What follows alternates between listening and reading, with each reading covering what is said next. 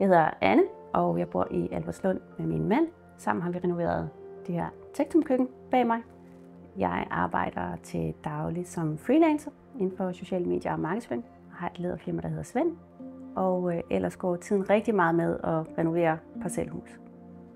Det, der er karakteristisk ved vores Tectum-køkken, det er jo både den måde, det ligger i en krog på, og de her meget karakteristiske overskabe, men også formsproget, som er meget enkelt og lader kvaliteten stå frem med tydelige hængsler og greb, og så at alle lågerne er i Oregon Pine. Vi prøver at indrette os meget klassisk. Jeg kan godt lide historien om den der ene gode stol, man har, som man måske har arvet derhjemmefra.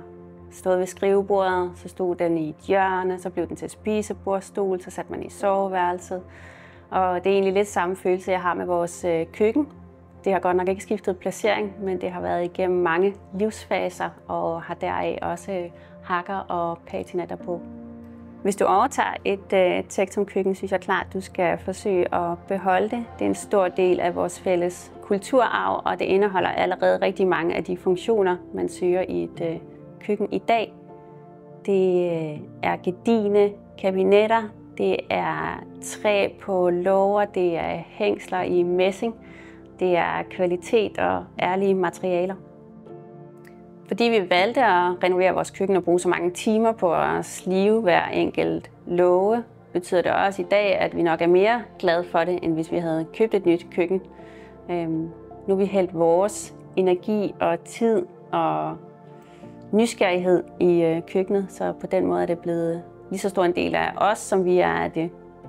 Fordi vores køkken ligger tilbagetrukket i huset, holder jeg især af, hvordan det danner en linje, når man står inde i stuen og faktisk er skærmet fra resten af huset, så man kan ikke ligesom se livet i køkkenet, når vi er i de rum, hvor vi gerne skal slappe af og fokusere på andre ting.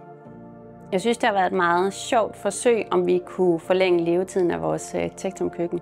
Om det kunne stå til det faktisk blev 100 år. Det er jo mest bondehuse, vi sådan romantiserer og forramme køkkener. Men hvad med de her helt funktionelle 70'er køkkener? Prøv at tænke, hvis de også kunne blive 100 år.